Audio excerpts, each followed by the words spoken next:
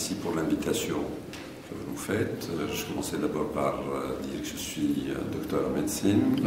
Omar Mahsès, président de l'association des cliniques de l'Est. Je suis président du patronat d'un club d'investisseurs et opérateurs du Grand Constantinois.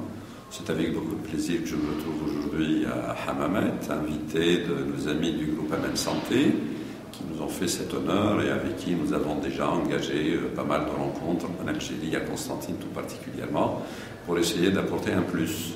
Ce plus qui va dans l'intérêt de nos populations d'abord, puis, je dirais secondairement, dans l'intérêt des opérateurs économiques qui sont dans ce type de service, qui est le service de soins. Nous sommes en train d'échanger les points de vue, de voir les situations de part et d'autre.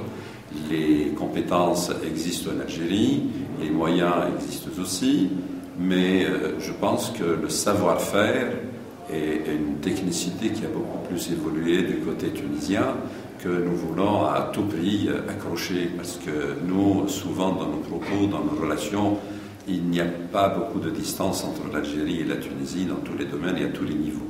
Donc c'est le moment ou jamais de nous rapprocher davantage et de fonctionner en feedback. Parce que jusque-là, nous avons constaté que nos malades partent en Tunisie. Mais ils partent un petit peu à l'aventure. Ils sont livrés à eux-mêmes. Et on voudrait un petit peu contrôler tout ça ensemble, dans l'intérêt des deux parties, pour qu'il n'y ait pas de déception de ces malades vis-à-vis des services rendus en Tunisie ou des services faits en Tunisie. Et aussi de l'autre côté, que nos malades puissent retrouver un peu leur contrôle ou leur suivi beaucoup plus en Algérie que de revenir à chaque fois en Tunisie. Et là, on a besoin de cette expérience tunisienne que nous allons exporter, ou plutôt importer chez nous, sur un terrain qui existe, des compétences qui existent, une technicité que nous allons avoir avec eux. Les moyens pour nous équiper peuvent aussi être là, s'ils ne le sont pas déjà. Et c'est comme ça que nous envisageons avancer ensemble avec le groupe Amen Santé, qui est le premier à mettre les pieds chez nous, avec qui nous avons d'excellentes relations, ça je tiens à le répéter.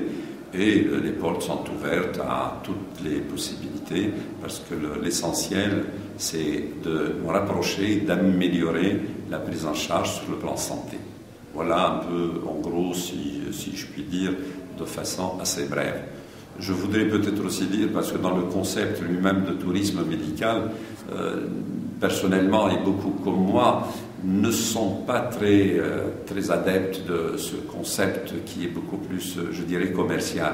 Parce que, comme j'entendais tout à l'heure le docteur Chermi parler de bien-être, la santé c'est un bien-être, et puis avec ce bien-être, il y a beaucoup de paramètres qui l'entourent. C'est une multidimension de ce bien-être, social, mental, professionnel, etc. C'est ce bien-être qu'on veut donner. Ce bien-être, c'est sûr que nous disons qu'il n'a pas de prix, mais il a un coût.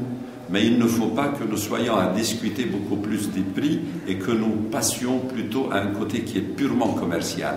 Ça, moi, en tant que partenaire, en tant que professionnel, je me le refuse moralement et je souhaiterais que la prise en charge soit plutôt une prise en charge de bien-être. Et ceux qui nous ont précédés, des prix Nobel que vous connaissez sans aucun doute, Alexis Carrel, avait dit que les médecins doivent s'atteler dans l'avenir à donner de la vie aux années et pas des années à la vie. Donc il vaut mieux vivre dans un confort. Et ce confort, c'est justement ce tourisme qui va le donner. C'est cet accompagnement, cet environnement pluridisciplinaire multiple qui va accompagner le côté médical pour donner ce bien-être.